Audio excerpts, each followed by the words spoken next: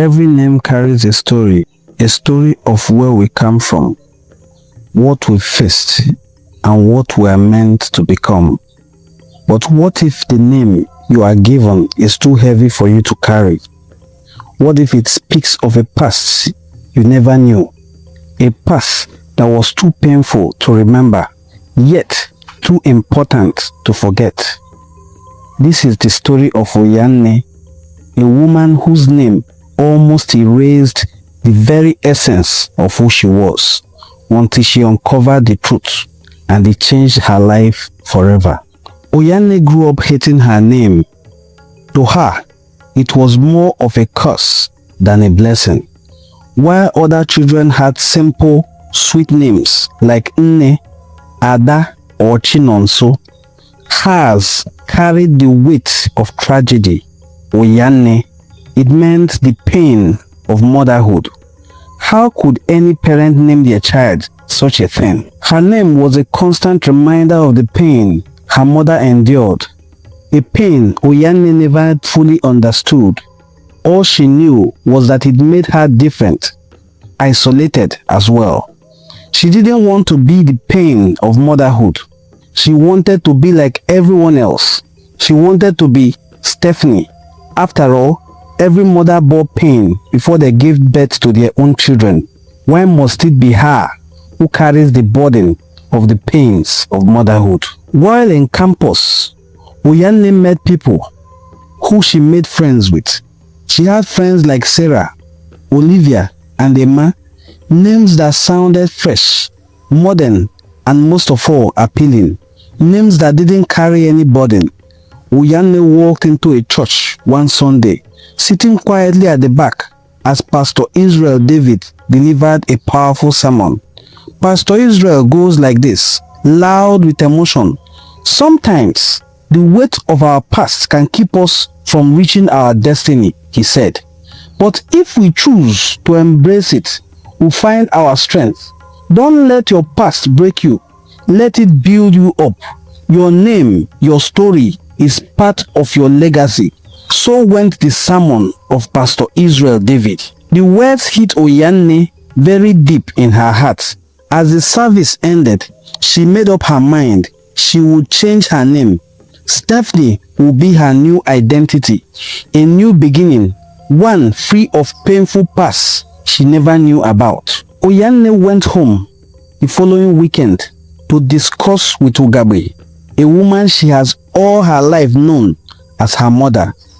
But Ugabe had secrets that Ụyanne had no idea they existed. Seated by the fireplace, Ugabe called her and beckoned to her to sit by another chair beside her. Holding her shoulder, Ugabe went thus, "Ụyanne, my child, there is something you need to know. Something I've never been able to tell you. The story of your name. It is more than just a name. It's a story of your mother's love, her sacrifice, and her strength." Ụyanne, my daughter, your mother, Adoyibo, died tragically. Everybody knows about that. Before she could ever hold you in her arms, she was dead.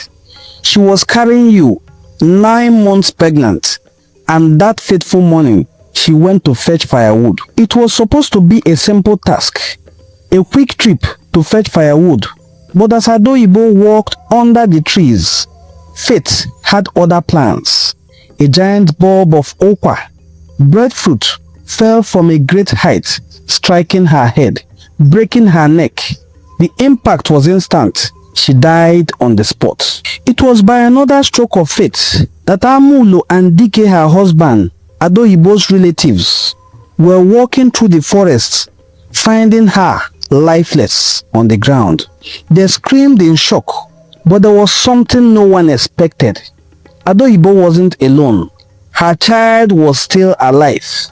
Kicking inside her, Amulo and her husband Dike, in a desperate, frantic attempt to save the baby, performed an emergency surgery right there in the forest. Against all odds, the miracle child was born.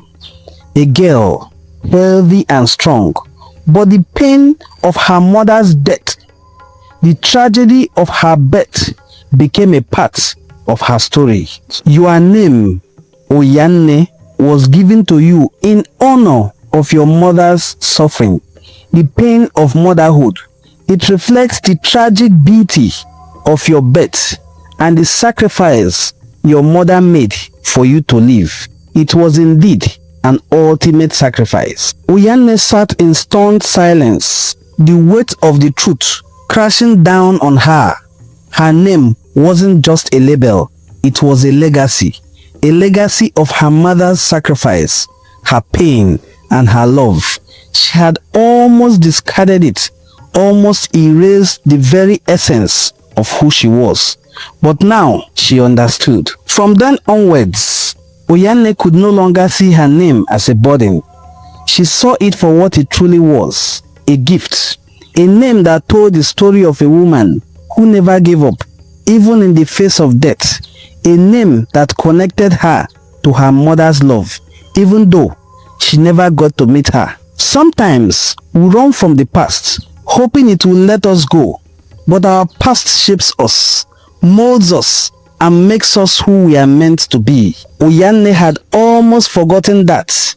But in the end, she embraced her name, the pain, the sacrifice, and the love that came with it. And so, Ụyanne sits and reflects. I am Ụyanne, she continues to tell her friends, and I will never be erased. Sometimes, our true strength comes from the stories we carry and the names we bear. I hope you enjoyed this story. For more exciting and interesting African stories, kindly subscribe to African Tales and share our videos to your audience. Let us know what you feel about this story in the comment section.